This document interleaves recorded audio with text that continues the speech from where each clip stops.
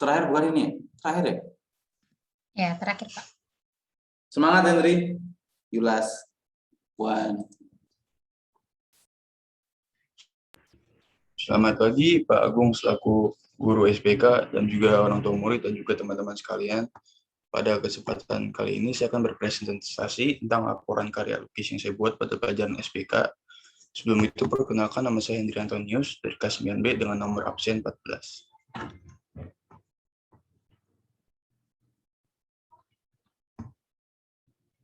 Sebentar, Pak.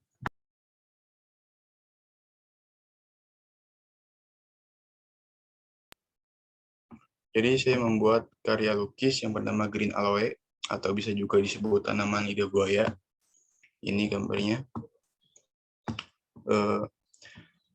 Alasan saya membuat karya itu karena mudah digambar dan juga menurut saya kalau digambar juga mungkin bagus. Dan untuk inspirasinya sendiri, saya terinspirasi dari tanaman yang ada di rumah saya. Saat saya mencari inspirasi, saya melihat ada tanaman lidah buaya, ya sudah saya gambar. Kemudian saya pun mulai mencari referensi dari Google, dan mendapatkan satu referensi, kemudian saya masukkan ke kanvas. Ini proses pembuatannya. Jadi pertama saya menggambar sketsa di kertas A3, kemudian saya pun membuatkan sketsa lagi di kanvas menggunakan pensil. Habis itu mewarnai gambar memakai cat minyak. Nah ini untuk tantangannya, saya ini warnanya sering salah, sama garisnya juga, garis luar juga nggak terlalu rapi. Waktu yang dibutuhkan mungkin sekitar 1 minggu lebih. Dan untuk alat dan bahannya sendiri saya menggunakan kanvas, pensil, kuas, cat minyak, sama tisu, mungkin air juga. Aliran saya gunakan adalah aliran naturalisme. Ini pernyataan hasil belajar, di mana saya ini harus lebih menghafal warna yang saya gunakan dalam melukis, dan juga ini juga menjadi pengalaman pertama saya melukis di kanvas dan juga mempelajari cara untuk melukis. Sekian presentasi dari saya, terima kasih telah mendengar. Ya, makasih Henry atas presentasinya. Sekarang kita tepuk tangan dulu dong, Henry. Orang tua Henry ada yang hadir? Enggak ada. Adikmu hadir nggak, adikmu? Si kembar mana si kembar? Lagi belajar, Pak.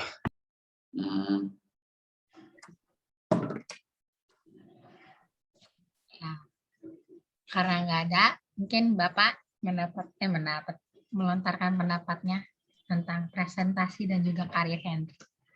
Oke, tidak akan saya lontarkan, ya. Saya bicarakan aja. Maaf. Saya screen lagi, Henry, coba lihat lidah buayamu ya. Ini Henry kalau bikin gambar bagus banget. Ini lukis kayaknya pengalaman pertama Henry ya. Kayak main warnanya kamu belum terlalu lancar ya. Iya, Pak. Tapi gelap terangnya udah dapet ya di lidah buayanya ini. Warna gelap dan terangnya udah dapet sih menurut saya. Itu memang sampai keluar kanvas itu Henry. Sketsanya sih enggak, Pak. Cuman pas digambar teh salah dikit. Jadi ya begitu. Ya. Karena memang seperti itu ya. Ketika saya sharing dengan Mr. Sigit itu, ketika kita membuat sketsa, pas penebalannya itu lebih besar ukurannya jadinya. Jadi kita bikin sketsa ikan itu ya, kita akan keluar garis dari sketsa dasar sehingga lebih gede. Makanya menurut saya ini memang kayak gitu tuh akan terjadi. Sering ada yang terjadi kayak gitu ya intinya. Bagaimana kita bikinnya jadi lebih besar. Nah, karena ini ukurannya juga proporsionalnya sedikit kurang ya. Tapi dari karyanya sudah bagus. Warnanya terlalu gelap ya. Enggak sih? Saya fotonya pas malam, Pak. Oh, mungkin mana ada karyamu enggak Mas Yansa? Ada enggak? Nah, ambil. Kamu milih siapa Rahel? Suruh ngomong main lagi Rahel. Silakan Rahel. Berapa orang, Pak? Tiga.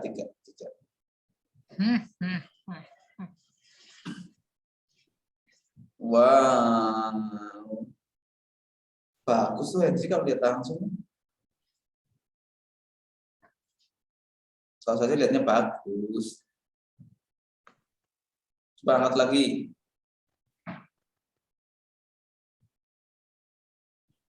Angkat.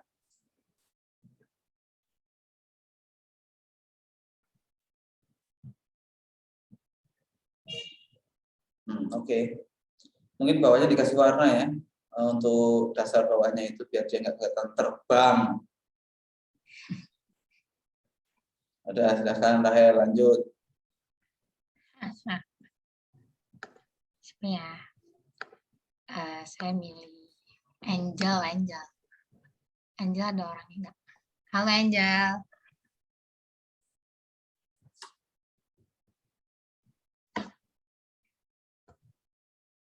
Halo Angel. Hai. Ya, kalau nggak ada kita ganti. Ya paling itu lagi Pak, nggak apa-apa. Sesuatu nggak apa-apa.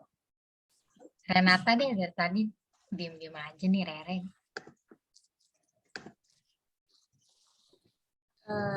Kalau nanya enggak lah ya, kasih pendapat. Warnanya tadi bagus ya. Tadi yang slide keempat kan fotonya dari samping tuh. Kayaknya cahayanya juga lebih kena. Kelihatan itu warnanya. Dia gradasinya bukan warna itu aja. Di bagian potnya, bagian bayangannya itu ada maksudnya gradasi bagian sisi gelapnya pakai warna biru-biru gitu ya.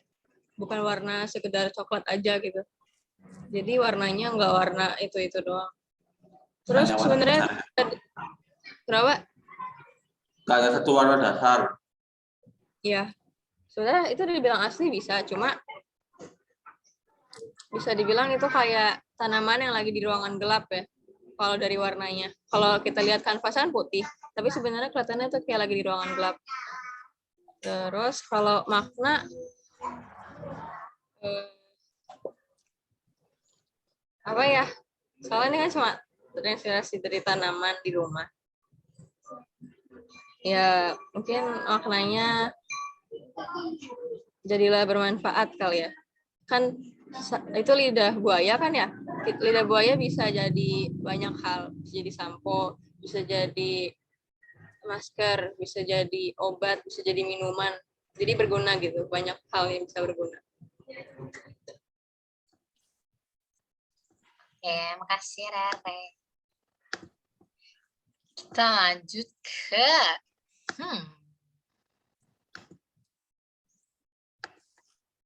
Beni deh. Haha. Kasihan lo Benny terus lo. Tapi nggak tahu Benny siapa tahu ada pendapat juga ya. Iya.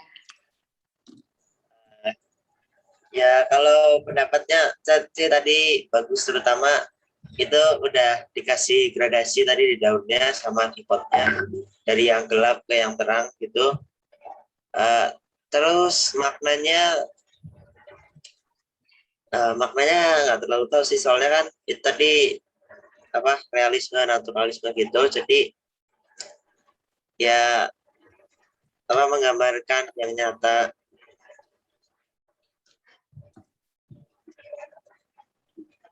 Ya Apa Ben? kalau maknanya sih belum tahu saya. Ya, karena dia nggak menjelaskan secara detail ya. Hanya terinspirasi di sekitar rumahnya. Oke, Ben. Thank you. Terakhir deh sama Pak Agung aja. Gimana Pak Agung? Tanya. Maknanya, menurut Bapak gimana? Share screen lagi, Hendrik. Saya nggak lihat langsung lagi. Maknanya itu adalah itu pohon lidah buaya. Itu maknanya ya. Nggak menjelaskan.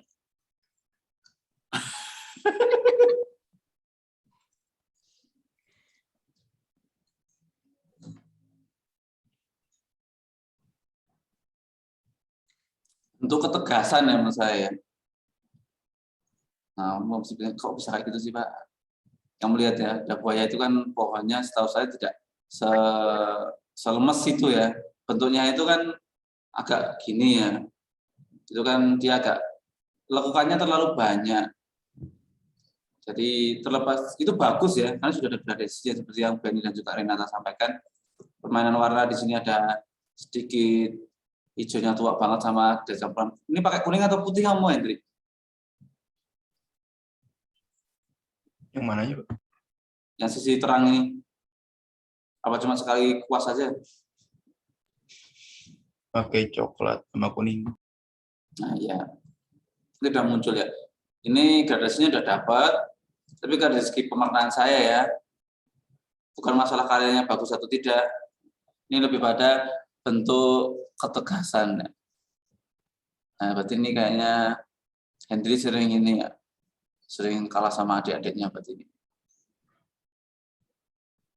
Ya Hendri ya, ngalah nih nggak? Ngalah demi kebaikan adik-adiknya biar pada senang. Adiknya kan lucu-lucu ya. Ini karena saya tahu, saya sebenarnya nggak adil sih ya kalau saya yang mendeskripsikan, karena saya sudah tahu beberapa pribadi dari kalian ya. Tapi dari karya ini saya melihat di sini ada bentuk apa ya, keikhlasan, bukan tidak tegas ya, tapi keikhlasan sebagai seorang kakak yang menunjukkan bahwa demi kebaikan adik-adik saya, saudara-saudara saya gitu, saya mengalah. Nah ini bentuknya itu jadi tidak tegas gitu. Tahu kan maksud saya? Ini lidah buaya itu enggak kayak lidah buaya yang kita lihat loh. Original kan enggak ada yang lidah buaya kayak gini modelnya. Pasti tetap dia akan sedikit ini kan. Cabang bentuknya itu lebih luwes lagi. Ini malah saya lihatnya lidah mertua ini, bukan lidah buaya. Tahu lidah mertua enggak kalian? Pohon lidah mertua. Searching coba, hampir mirip. Kalau lidah mertua saya nggak tahu mengartikannya apa ya. Namanya aja pohonnya lidah mertua. Coba lihat, ini enggak. Maksudnya ke atas itu terus meruncing. Ya. Mirip kan? Cuma warnanya dia beda. Kayak bulu kucing warnanya ya. Warna-warninya gitu. Kayak bulu macan. Tapi dari karyanya Hendri ini, sekali lagi karya kalian, apapun itu, seniat atau semalas apapun itu tetap bisa kita analisis ya, bisa kita bedah. Dari karyanya Hendri ini menunjukkan bahwa seperti itulah seorang kakak. Asik. Kamu punya kakak lagi atau nanti? Kalau kamu paling tua?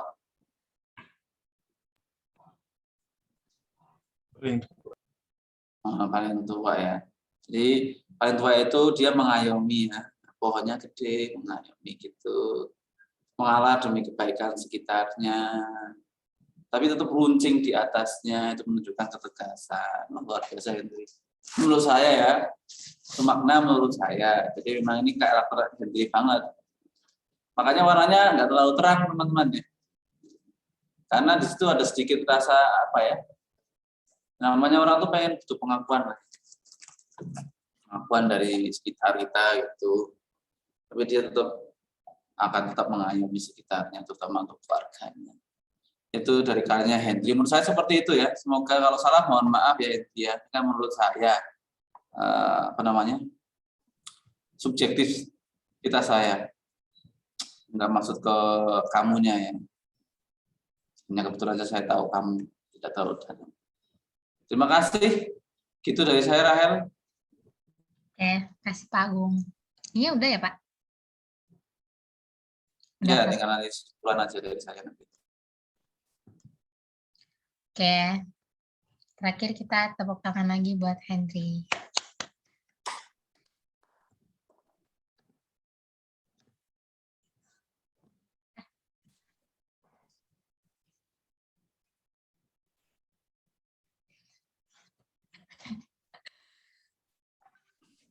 Jadi udah selesai kan? Sekarang Bapak mau ngomong atau mau langsung di close aja? Oke, saya closing dulu ya. Sekali lagi terima kasih untuk kita semua yang presentasi juga. Tepuk tangan dong buat yang presentasinya juga sudah hadir di acara Zoom Expo kelas kalian hari ini. Yang jelas sekali lagi saya merasa sangat bangga dengan apa yang sudah kalian lakukan, menunjukkan karya kalian. Itu bagi saya sudah merupakan kebanggaan bagi saya sendiri. sebuah kehormatan bisa menjadi bagian karya kalian, walaupun tidak saya akui tidak maksimal ya dari segi pendampingan. Saya rasa semua guru juga sama ya, pendampingan nggak akan maksimal di momen kayak gini. Tapi saya ulangi terus dan selalu saya ulangi, saya berpikir ini di luar ekspektasi saya ya. Pengerjaan kalian itu luar biasa. Apalagi yang itu ya, yang puji itu ya, kecil itu ya, itu juga luar biasa. Kayaknya siapa itu. Dan juga ada meja terbang juga, itu juga luar biasa ya. Atau sekarang terbang atau enggak, kayaknya enggak deh meja terbangnya. Tapi saya senangnya selain karyamu bagus, dan sebagian besar itu kan karya pertama ya. Karya baru pertama melukis ya. Jadi itu bagus, sudah bagus sekali. Saya rasa kalau kamu lanjut di SR gitu, Pak Sigit nggak akan pusing ya, nyari bibit-bibit pelukis handal ya. Tinggal makanya saya selalu tekankan bagaimana kamu bisa memaknai karyamu. Karena sehebat apapun kamu melukis, makanya kamu sering lihat nggak sih karya-karya di pinggir jalan itu, lukisan di pinggir jalan bagus-bagus, pernah nggak lihat? Pernah lihat kan? Tapi ada juga seorang kolektor lukisannya biasa aja, tapi harganya mahal. Kenapa coba alasan? Maknanya mendalam. Makna apanya? Ya makna itunya, karyanya gitu. Ya boleh. Terima kasih Raya. Salah satunya juga itu ada juga gini kalau menurut saya, dan waktu saya diskusi gitu ya sama Mr. Sigit itu. Ya karena kalau yang di, maaf ya, bukan gimana-gimana, di sepanjang jalan itu kan banyak kan karya yang dipajang ya. Itu kan karya yang dibuat untuk kebutuhan apa sih? Kebutuhan apa? Pengakuan ekonomi atau sosial? Hah? Kebutuhan apa? Kalau yang melukis di sepanjang jalan itu, kebutuhan dia untuk apa itu sebenarnya? Ekonomi ya. Jadi dia ngelukis pasti bagus. Tapi sekali lagi pemaknaannya biasanya kurang. Walaupun di beberapa kepercayaan ya, misalnya kaum Tionghoa, bagaimana ikan koi itu kan simbol tersendiri ya. Ikan koi kalau di dalam orang-orang Muslim itu ada orang panen, itu ada maknanya sendiri di warung-warung itu ya. Kayak gitu itu menambah, itu yang akan membuat mereka laku ya. Tapi dari segi pemaknaan, kenapa kolektor itu mau beli mahal? Karena dia tahu prosesnya loh. Biasanya cuma satu karya, satu orang punyanya cuma itu doang. Sehingga saya sangat menekankan sekali pada kalian bagaimana membuat karya yang bisa kalian maknai. Terserah bagaimana kamu maknainya ya. Dari Bagas tadi bagus, dari Catherine bagus, dari semuanya hari ini juga bagus. Bagaimana kamu bisa memaknai karyamu, terlepas dari model karyanya seperti apa jadinya ya. Finishingnya seperti apa, tapi kamu bisa memaknainya.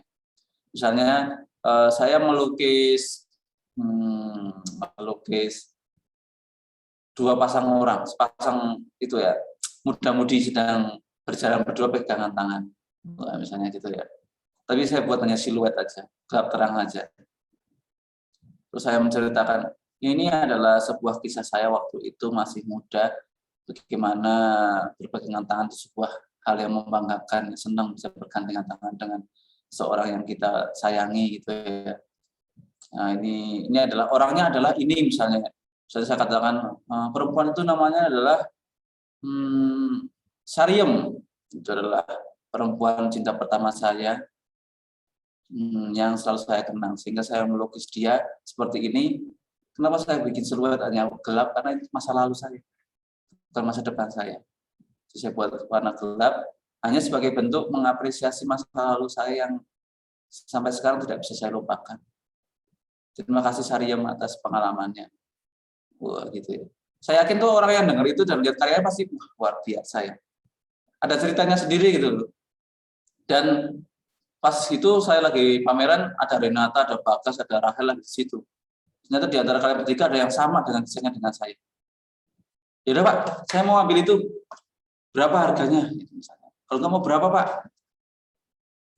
Kayak gitu ya. Jadi ketika kita bisa mempresentasikan karya kalian kayak tadi itu dengan baik, saya yakin ada orang yang merasakan hal yang sama.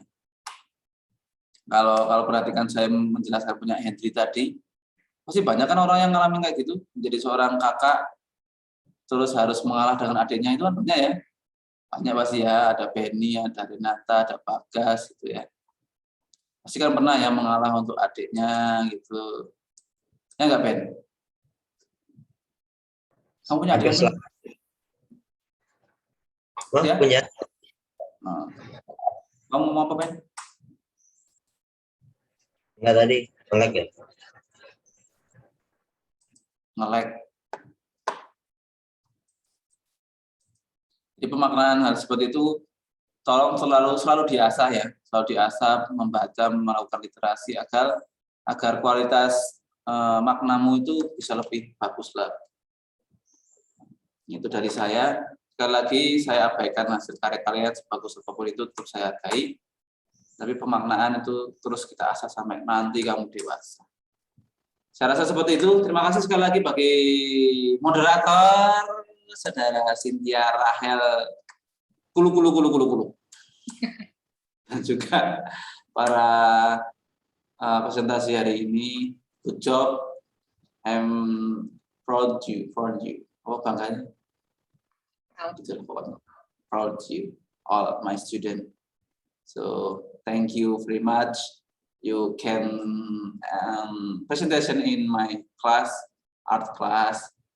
So I hope you always to learning with literation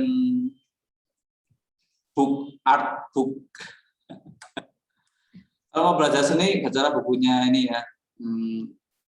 Nielsen, itu bukunya bagus banget tentang perkembangan seni ya, bagus banget. Itu aja dari saya, thank you, sampai jumpa. Oke, makasih Pak Agung. Sekarang kita udah di penghujung Expo kali ini. Saya berterima kasih kepada Pak Agung udah mau menemani kita selama Expo dan juga teman-teman yang presentasi maupun yang menjadi penonton. Dan juga saya memohon maaf apabila ada salah kata maupun perbuatan. Sekarang kita akan menutup Expo kali ini dengan doa yang akan dipimpin oleh Renata. Minta tolong Renata buat pimpin. Teman-teman, sebelum kita mengakhiri Expo sesi 1, marilah kita berdoa. Dalam nama Bapa dan Putra dan Roh Kudus. Amin. Ya Tuhan yang Maha Baik dan Maha Pembimbing, terima kasih ya Tuhan atas berkat-Mu sehingga sesi 1 dapat berjalan dengan baik. Terima kasih juga atas jaringan yang baik tadi. Walaupun ada sedikit gangguan, kami tetap bersyukur karena kami dapat melaksanakan sesi 1 ini. Terima kasih ya Tuhan, dan sekarang kami akan beristirahat dulu. Berkatilah kiranya apa yang kami lakukan dan kami makan minum dapat menjadi berkat untuk tubuh kami. Terima kasih ya Tuhan, amin. Dalam nama Bapa dan Putra dan Roh Kudus, amin. Amin. Thank you.